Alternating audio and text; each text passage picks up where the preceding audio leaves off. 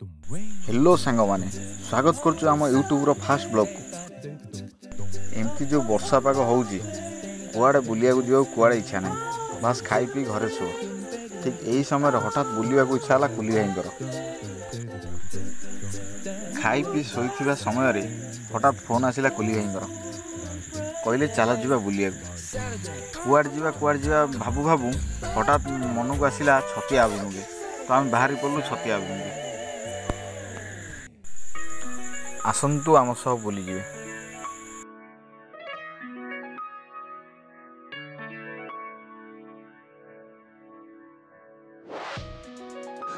भारतर ओडिशा राज्यर जाजपुर और कटक सहर ठारू दूरे थिबा छतिया एक निर्दिष्ट ग्राम अविस्मरणीय स्वतंत्र मंदिर छतियावट नाम परिचित।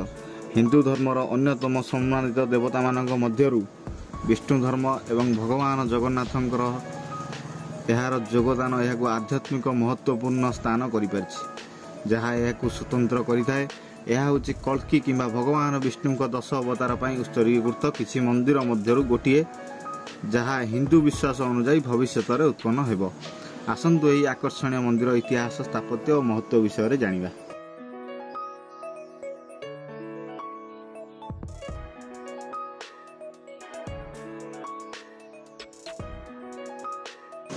ଏହି ମନ୍ଦିରରେ କାଳୀ, ଗଣେଶ ଏବଂ ଜଗନ୍ନାଥ, ବଳଭଦ୍ର ଏବଂ ସୁଭଦ୍ରା मूर्ति रही। तेबे मूर्ति गुड़िकर व्यवस्था पुरीर जगन्नाथ मंदिर ठारू भिन्न अटे। परवर्ती समय मूर्ति गुड़िक क्रम होउची जगन्नाथ, सुभद्रा एवं बलभद्र। अपरपक्षे छतियावट मंदिर रे जगन्नाथ एवं बलभद्र पर सुभद्रा अछंती, जहाँकि एक नूतन विश्व श्रृंखला को सूचाउची।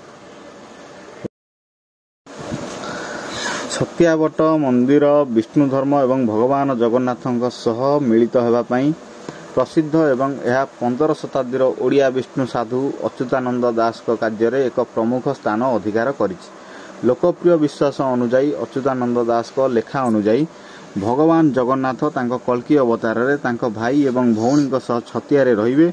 एहाटू ही कलिजुग शेष हेबो एवं सत्यजुग आरंभ हेबो। कल्की अवतार हेउछि भगवान विष्णुଙ୍କର अंतिम एवं 10ମ अवतार। कल्की भविष्यत अवतार बोली विश्वास करा जाए, जी वर्तमान कलिजुगर शेष किंबा अंधकार जुगर देखा जिवो जगतर शेष को आनिबा एवं पुनरुद्धार पाई।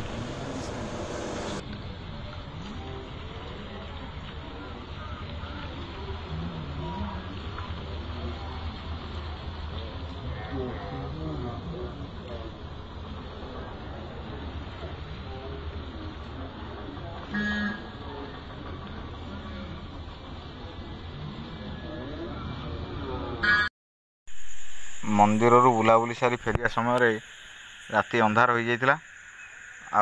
ओदा है गाड़ी चलेबा तो बहुत कष्ट थिला। गाड़ी लाइट रे भी ट्रबल आसी जाता।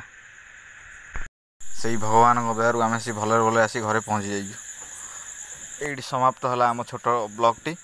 आपन केमी लगे कमेंट जनइबे।